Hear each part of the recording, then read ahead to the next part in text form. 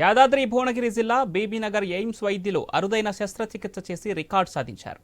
పుట్టుకతోనే తోకతో జన్మించిన బాలునికి ఆపరేషన్ చేసి దాన్ని తొలగించారు వైద్యులు. గతేడాది అక్టోబర్లో ఓ మహిళకు తోకతో ఉన్న బాలుడు జన్మించగా అందరూ ఆశ్చర్యానికి గురయ్యారు. బాబుకు 3 నెలలు నిండేసరికి అది 15 సెంటీమీటర్లు కావడంతో కంగారు పడిన తల్లిదండ్రులు ఎయిమ్స్ వైద్యులను సంప్రదించారు.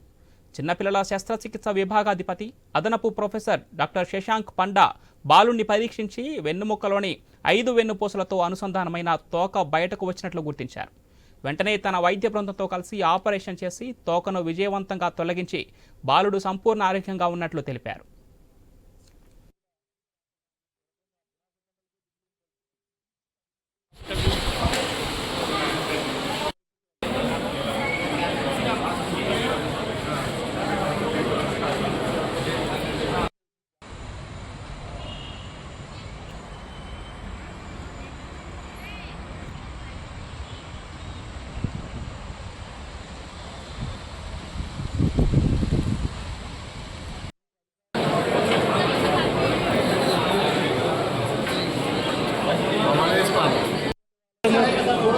ఇది ఏంటి అసలు మీరు చేసేది?